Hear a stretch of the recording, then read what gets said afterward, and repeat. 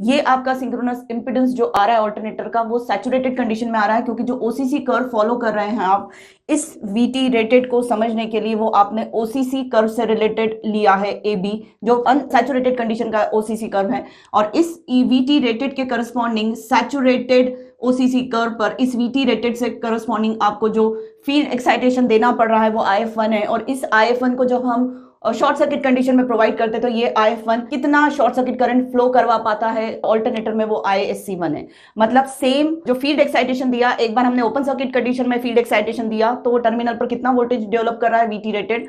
और एक बार हमने शॉर्ट सर्किट कंडीशन में यही सेम एक्साइटेशन या यही सेम एनर्जी दी तो कितना शॉर्ट सर्किट करंट ऑल्टरनेटर से फ्लो हो रहा है, ISC1। तो VT रेटेड और ISC1 का जो रेशियो होता है वो आपका सिंक्रोनस इंपिडेंस होता है अंडर सैचुरेटेड कंडीशंस, मतलब प्रैक्टिकल कंडीशंस में।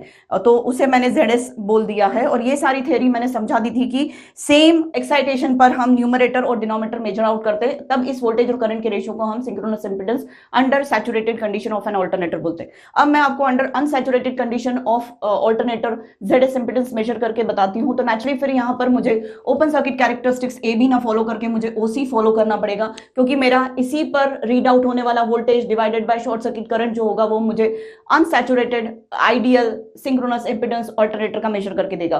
तो ठीक है, मैं यहां पर बेस ले लेती हूँ VT रेटेड। तो VT रेटेड जो मुझे मिल रहा है OC कर्व पर, वो इस पॉइंट पर VT रेटेड मिल रहा है। और अनसैचुरेटेड कंडीशन में VT रेटेड प्रोड्यूस करने के लिए कितना हमें कम फील्ड एक्साइटेशन देना पड़ा, IF3, क्योंकि कम एनर्जी देकर ही हम ज्यादा EMF इंड्यूस करवा पाते हैं, क्योंकि हमारा ऑल्टरनेटर सैचुरेट नहीं हो रहा है। तो कम एनर्जी से ही हम ज्यादा जल्दी EMF प्रोड्यूस करवा पाते हैं, मतलब कम EMF कम एफर्ट्स के साथ ही हम ज्यादा टर्मिनल वोल्टेज प्रोड्यूस करवा पाते हैं। तो IF3 कम एक्साइटेशन दिया, लेस देन IF1 हमने IF3 दिया है, और उसी पर हमें अनसैचुरेटेड कर्व पर हमें VT रेटेड मिल जा रहा है। तो नेचुरली फिर इस IF3 पर अगर मैं SCC पर मैपिंग करूं IF3 की, तो मुझे ये वाला शॉर्ट सर्किट करंट मिलेगा ऑल्टरनेटर का। कहने का मतलब ये है कि जब IF3 एक्साइटेशन दिया और ऑल्टरनेटर को ओपन सर्किट रखा तो टर्मिनल वोल्टेज जो डेवलप होगा ऑल्टरनेटर के अक्रॉस वो मुझे VT रेटेड ही मिलेगा।